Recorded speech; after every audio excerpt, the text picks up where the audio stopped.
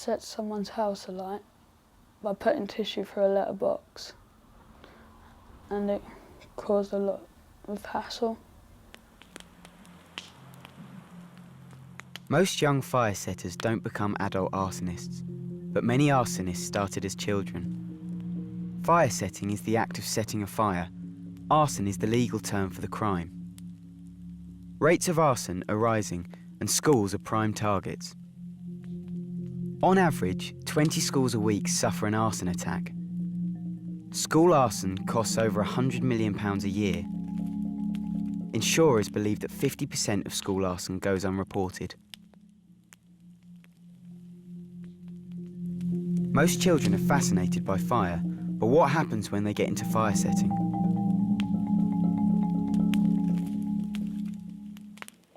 Mark is 12 years old.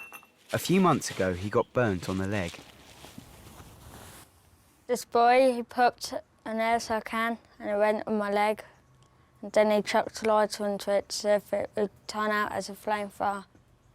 He was holding it there and I wasn't looking. But after, he started to laugh. AJ is 13. He set fire to his bedroom.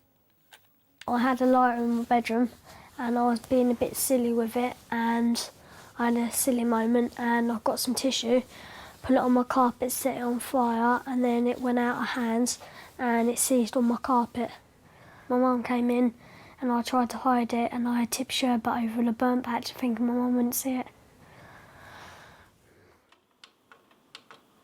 Kellen became interested in fire when he was very young. I used to love watching fires and flames. By the age of 3, that's when I started making fires. I just used a lighter which I took from my mum. Quite a bit of it caught fire. So then I got some scissors and cut it off and threw it in the bin. I think I was about 4 or 5. I suppose it was just a fascination because I like to see what burnt and what didn't. Hello, you're through to Firesetters. There's a fire in Penrose Comprehensive School. There's lots of smoke and flame. It's quite big. All right, OK, we're on our way. On the night of March the 18th, 2006, the fire service was called to Penny Rail Comprehensive School in Swansea. When we got there, the flames were already coming out of the building through the window and the roof. Already somewhere like 15-foot flames, and within 2 hours we were seeing a building that was 3 stories reduced to less than 1 story. Flames during that period of time were reaching 100 foot. To see a building just reduced to rubble, you see the structure of it, and it was melting just like as if it was chewing gum. The heat was so intense in the area. It was obvious to firefighters that it was arson. Head teacher Alan Tutil got a call in the middle of the night. It was one of those phone calls that you sort of remember, I suppose, for the rest of your life, because you don't often get them at that time of the night. And he just said, prepare yourself, the school's on fire, there isn't going to be much left. By the time he arrived the next morning, 2/3 of the school was gone. The first thing that hit you was the fact that we did have a 3-story block in the middle, and that had just completely collapsed. There were a few bits of twisted metal still sticking up into the air, and quite a lot of smoke and so on, but otherwise everything was virtually down to ground level. There was initial disbelief and shock. I was upset on behalf of the pupils who had lost GCSE coursework and other bits of work. Staff, some of whom have been working here for 30, 35 years and had lost all of their work. And there was also a sense of anger as well that this could have happened. 45 classrooms were lost, 7 out of 9 science laboratories, the whole of the art department, including a pottery room with a kiln and so on, the whole of our technology department. 4 out of 5 ICT suites were burnt to the ground. Pupils and staff gathered at the site. It was quite a heartbreaking scene, really, because the girders were obviously visible, a lot of activity and a lot of children standing outside. So it was a very sad scene. And I think that was when it hit home that everything had gone. There was loads of rubble and there was like cranes really high with people on them trying to put out the fire, and it was still smoking and everything, and it looked really horrible. It was huge before, and then there was just this big hole in the sky where it used to be. When we got back onto the site, we ran little tours by our site manager for people to get as close to their old classroom as they possibly could. And a lot of people said that that gave them a sense of closure on what had happened, because of course you're always wondering, if my filing cabinet has survived, might there be some of my resources in there? And that the reality was everything was just ashes. In my mind's eye, I thought something could be salvaged. But when they took us around the site, there was nothing. Filing cabinets were charred, and when we opened them, there was just dust inside. 2 ex-pupils were arrested for arson. About 80% of the fires that the Mid and West Wales Fire Service attend are deliberate. Nick Dodd is part of the local arson reduction team. Most of our firesetters tend to fall into the category of being around 11 to 18 years old. A lot of the fires that we attend are simply as a result of boredom and mischief making. Of course, you do have the deliberately set fires, which are to cover up crimes. Many of the young people that we deal with have no concept of the destructive nature of fire. They will only have considered their action. They will not have considered the results of their action. Across the world, experts are trying to understand fire-setting behaviour so as to better educate and intervene. A lot of kids are very interested in fire setting because it is arousing, or it's arousal regulating, so that at times of feeling intense emotion or even not so intense emotion, being bored. I mean, if you speak to a lot of juvenile fire setters, they set fires because they're bored and they have nothing better to do. It is kind of really hard to say no to lighter, because it's like a little devil in your head saying, go on, take it, you know you want to. Some kids get into setting fires when they're angry, for revenge, for retaliation. Other kids may be feeling unhappy, like the world isn't a fair place. All I've got in the door is just house, a big massive fire all there. All I've done is just got angry. I feel rotten, I don't feel the way I want to feel, and fire setting changes the way that I feel. When I'm watching the flames, I feel warm and relaxed, not worrying. It's the flames and the bang. The bang when you put metal in and it goes bang and it's like fireworks. Yeah, and like the colours it goes, because you can get an orange flame, yellow flame, blue flame. I like powerful flames, but raw. Most of the kids that I've seen have set hundreds of fires. Most of those fires have not resulted in huge damages or any personal injury. It's bad luck that the next one that they set, in the way that they have set their previous 20 or so fires, for some reason that fire goes and the school burns down. Hopefully, if there has been some intervention or treatment involved, instead of using fire setting as a problem-solving mechanism, you're giving them skills that will allow them to use more productive means for dealing with their distress. One intervention is the Fire Service's Life project. AJ, Kellum and Mark are all taking part in this week-long course run by firefighters in East Sussex. Over bacon sandwiches, they get to meet the instructors. What have we got to actually do today? As you're told. That's the most important thing. But what we do is we take each activity one at a time, yeah, and then when you get it right and you're comfortable with it, yeah, you move on to the next one. And then at the end you put them all together and you put a big show on for your parents and for your friends. Good morning, everybody. Welcome to East Sussex Fire and Rescue Service. There are 15 young people attending the course, all referred by juvenile services. For this week, they'll follow fire service rules.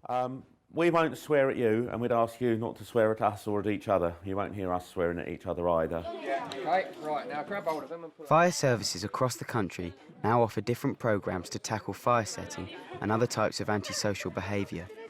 Mark Rist is the lead instructor. We try and take on these courses young people who either have or might offend. Obviously, as a fire and rescue service, we're particularly interested in people that have got a fire setting background or that sort of experience, but we also take young people that have been perhaps struggling at school, lacking in confidence, maybe even the victims of bullying, because our course builds up everybody's confidence levels and allows them to challenge themselves in a way that they don't get in school.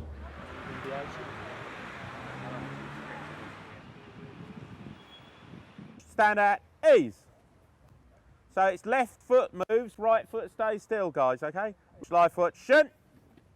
Okay, follow the one. Firefighters are seen as good role models. Although we're a uniformed service, I think we're not seen as the police are, as being out there to stop people offending or what have you. We can bring young people in and we can associate with them kind of at their level, and then they're fairly receptive to talking to us and working with us, and I think that's something we can do in a way that perhaps our colleagues in other blue light services can't do. Everybody looks over their right shoulder and puts their arm out straight. Right? That's that one, Toby. Yeah? So your arm's that side, right shoulder. Get set, go!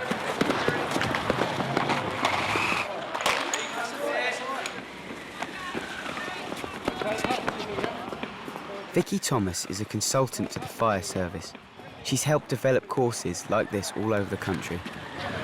We have got a lot of young people on this course with ADHD, we've got Tourette's, epilepsy, we've got a lot of young people who have got real self-esteem issues and self-belief issues.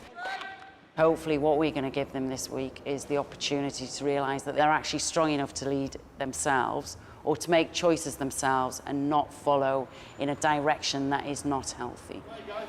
That's it. See, don't like me. No, that's fine. Okay, it hasn't worked. At the end of the week, they'll display their new skills in front of parents and carers. Right, you are now going to have to rely on your partner telling you what to do. Young people tend to think that they're learning to be firefighters, and to a degree that they are doing some of the work that we would do with trainees, but it's more about the discipline, the timekeeping, the structure of the day, teamwork. It's a big step. I can't see. They have to work with different people and they have to communicate. A lot of what we do is about communicating. I know what it is, but it's fire engine. That's hard leading someone. What was it like for him? How does it feel, Callum? Stressed. Mark has a problem with heights. He made it up there, but can he get down?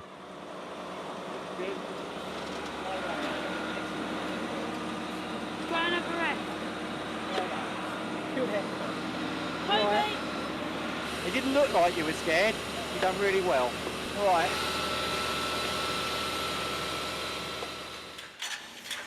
The next ladder they're expected to climb is 13.5 metres high. It was dodgy for me because I had to climb up the ladder. Why was it dodgy? Because I'm scared of heights. We're doing 3 levels of that today. You would have told us not to go away so you could come down yesterday. The 3rd floor. Be proud of yourself. Show that you can do it.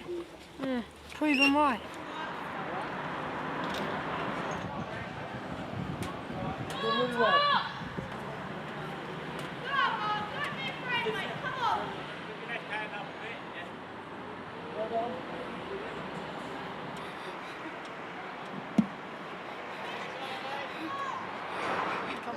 I'm really proud of you. That's really, really good. You pleased with yourself? Huh? I'm shaking. I know, I'm shaking watching you. But you did really well. Okay, what I'm going to do is try and get you down off here now. What you've just done is to overcome something that you're really frightened of, and you've done brilliantly with it.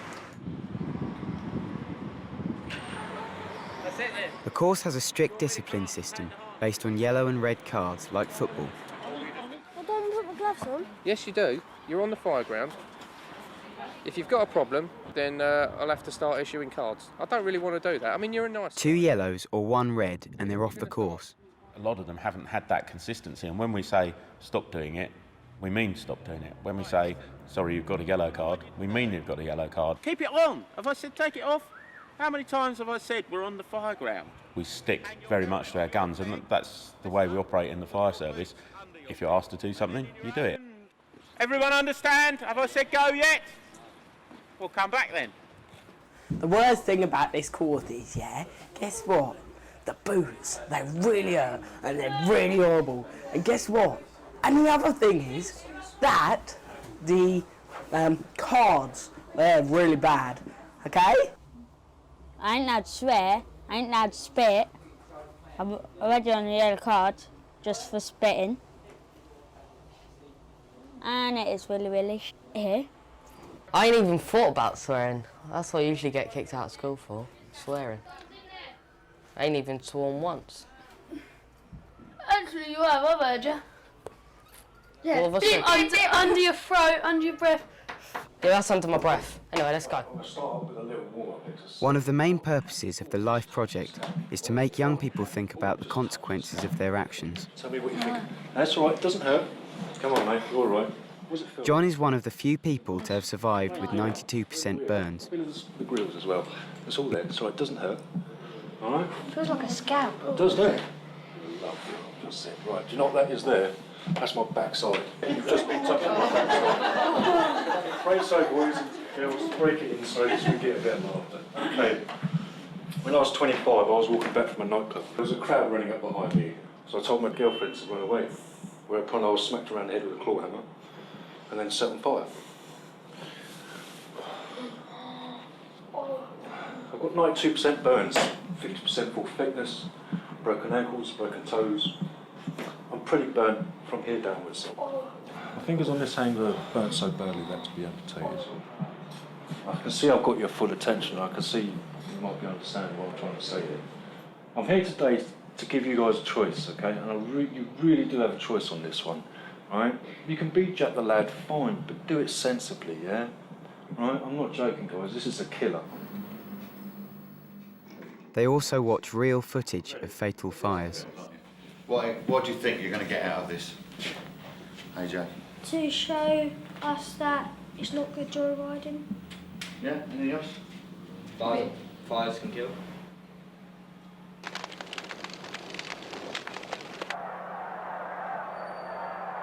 It is very hard-hitting, and some people do say it's controversial. However, I think it's the only message that we can work with these young people. They truly believe that a lot of the stuff they watch on TV is true to life, so that somebody can walk into a burning building, the building can blow up, and they can walk out without a mark on them. It's just, can we get these kids to realise don't do the things that they want to do or their friends do? Because if they can stop their friends' influence doing something, then we're not just affecting 10, 12 children, we could be affecting the behaviour of 200 or 300. Have the videos made any difference to their attitudes to fire? It's starting to make a difference. Like watching the 3 little kids, the way they brought them out, it was just horrible. That was really scary. So I've never seen someone burnt that bad. I don't like fire anymore. No, I don't like it anymore. I'm not going to play with it anymore. In Swansea, a 17-year-old ex-pupil was found guilty of the arson attack at Penny Rail School. The cost of the fire is over £14 million, but the emotional costs are immeasurable. Few school fires are as devastating as this one, but only 50% of school arson is ever reported, and schools underestimate the potential for disaster. I think we have to educate teachers to see their premises through different eyes.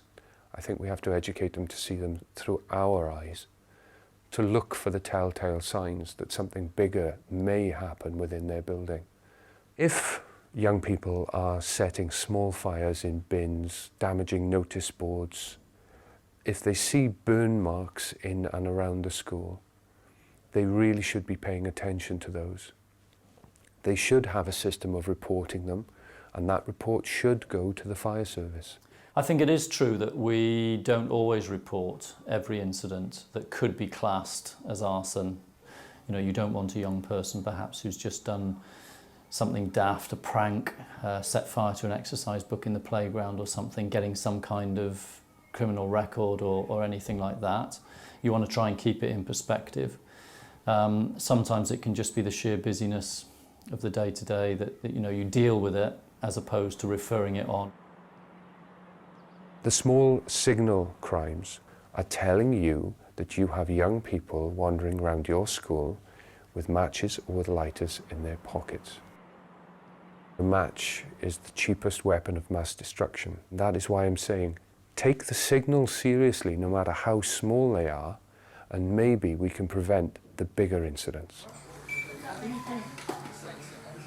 Back at the Life Project, the group are facing their toughest test.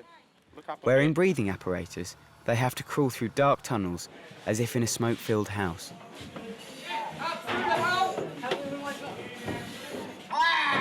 Mind you don't stand on the casualty. Right. We're going to come through. Right. Mark has had to come out. He's scared of the dark. Hey, that's all right. It was too dark. Just remember, you didn't let anyone down and you didn't let yourself down, all right? Yeah? What about later on, you and I can go back in and we'll have torches. Do you want to give that a try later? Yeah, should we do that? I want to do that as well. Right, AJ, you're going to lead me through it, mate? No, you lead me through it. No. Oh, why The point is, I know I can lead you through it. You need to practice the leadership. All right, let's go. Hey, I'm not ready yet. Whoa. Go on then. I'm over there. Sorry? I'm over there. Shall I go first? I've got the line. Are you on my boots? Yeah. Are you right there, AJ? Yeah.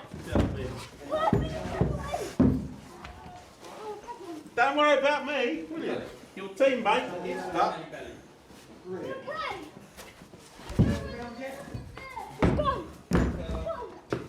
Wait for me. I'm going back in. Go for it, Mark. You can do it. Okay, can you hold my helmet? Ready? I'm right with you, okay? All right. Right, guys, well done, Mark. Well done, you two. All right. Grab your helmet and we'll go and take sets off it. Well done, mate. Well done.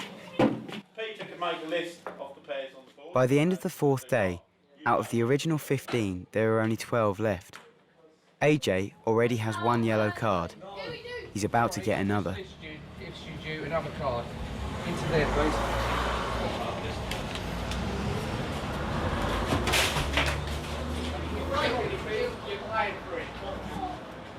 He has been a struggle all week. He's found the discipline quite hard to cope with. And I think we've all worked really, really hard to keep him here. But today was really the final straw. So AJ has now gone home. But AJ will be invited back. One pace forward. A lot of people say that maybe our rules are too strict. However, we still have 11 young people with us. And they're 11 young people who struggle with rules normally. So we're doing something right. I felt a bit disappointed because I was really looking forward to Friday and he told me how it was going to be and I was really, really looking forward and I was like, yes, I'm going to make it.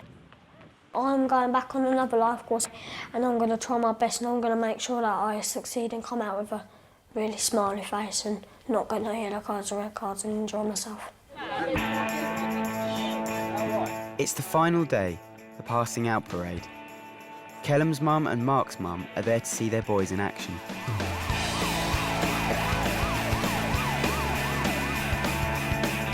I see the life course as a gateway of opportunities for any organisation that wants to refer young people to it. I know a lot of people say, what difference can you make in a week? But if you come down here on a Monday and you see the difference by Friday, we do make a difference. People say, well, how can that be a long-lasting difference? Well, we've now got national figures to prove that young people 6 years after having attended the course are on a 66% non-offending rate.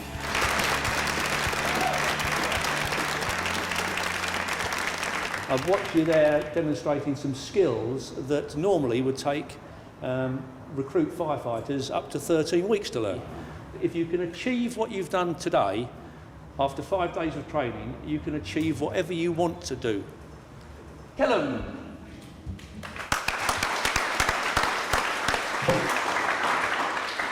What are we going to say about you?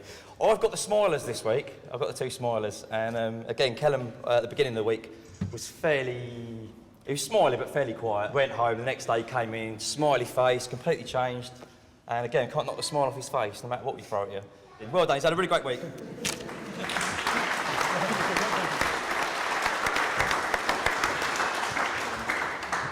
Okay, when thinking yesterday on how I could describe Mark and the week that he's had with us, the word courage kept coming into my head. Mark's got guts, okay, and he does everything he does with a smile, and I like that, so well done, Mark.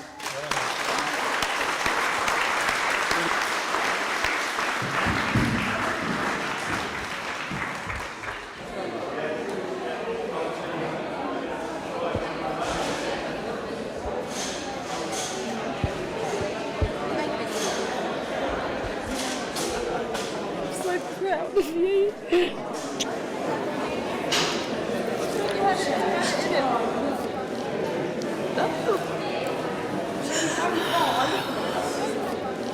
Wow. You better tell someone. We'll have to put that on the wall, won't we? Oh, mate, I am absolutely over the moon. And I'm really surprised that he saw it out, and I'm glad he did. Little baby. I feel great. I'm going to miss doing all this. I'm going to miss seeing everyone. I'm just so proud of him. My heart could burst. I'm that proud of him.